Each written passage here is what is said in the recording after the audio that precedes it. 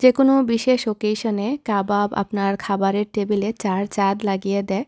আর সেটা যদি হয় এইরকম একদম দেখতে সুন্দর, মুখরোচক আর জুসি বিফ কাবাব, তাহলে তার কথাই নেই। আজকে আপনাদের সাথে পাকিস্তানের খুবই জনপ্রিয় চাপলি কাবাবের রেসিপিটা শেয়ার করছি, খুবই সহজভাবে, আমি যেভাবে করে থাকি সেভাবে। তো এর জন্য লাগবে হচ্ছে আমাদের বেল পেপার বা ক্যাপসিকাম। আপনারা দেখতেই পাচ্ছেন একদম কুচি কুচি করে আমি কেটে নিয়েছি, মানে ডাইস করা যেটাকে বলে, প্রথমে লম্বা করে তারপরে ছোট ছোট টুকরা করে।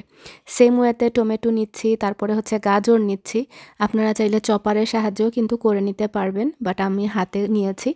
তো এখানে নিয়েছি আদা কুচি, তারপরে হচ্ছে পেঁয়াজ কুচি, তারপরে ধনে পাতা কুচি, তারপরে পুদিনা পাতা কুচি, কাঁচামরিচ কুচি, সব একদম সেম ওয়েতে কাটার চেষ্টা করেছি।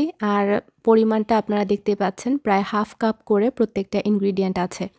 আর এখানে প্রায় আমার আধা কেজির মতো হচ্ছে বিফ কিমা আছে, আমি ধুয়ে পানি ঝরিয়ে নিয়েছি। সাথে দিয়ে দিয়েছি একটা ডিম, আর সব উপকরণ এখন একে একে দিয়ে দিচ্ছি। বেল পেপার, গাজর, ধনে পাতা, কাঁচামরিচ, পুদিনা পাতা, আদা, তারপরে হচ্ছে পেঁয়াজ, আর হচ্ছে রসুনের আমি গুঁড়া ব্যবহার করেছি। আর এখানে হচ্ছে শানের যে চাপলি কাবাব যে প্যাকেটটা থাকে, আমি সেটার পুরো প্যাকেটের মানে পুরোটাই দিয়ে দিয়েছি, অল্প একটু বাকি ছিল। সাথে দিয়ে দিয়েছি আরও আলাদা করে চিলি ফ্লেক্স, লবণও দিয়ে দিয়েছি আন্দাজ করে। প্যাকেটে কিন্তু অলরেডি মশলার মধ্যে লবণ থাকে, তারপর আমি একটু আন্দাজ করে দিয়েছি যেহেতু পরিমাণ একটু বেশি। দিয়ে এখন ভালো করে মাখিয়ে নিচ্ছি, আর ডিমটা আপনার বাইন্ডিংয়ে সাহায্য করবে।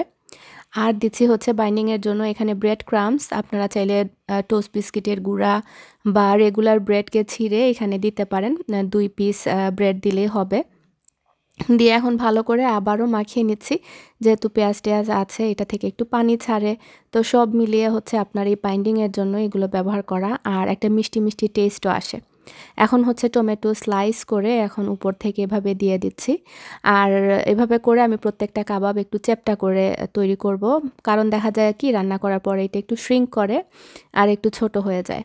আর টমেটো এইভাবে এখন না লাগিয়ে কিন্তু আপনারা অলমোস্ট ডান হওয়ার পরে যখন ভাজা এক পিঠ ও পিঠ 2 পিঠ হয়ে যায়, তখন শেষে আবার টমেটো লাগিয়ে আপনারা ভাজলে দেখা যাবে আপনার টমেটোর রঙটা বা সাইজটা একই রকম। আমি একসাথে তাড়াহুড়া করে সব একদম রেডি করে নিয়েছি।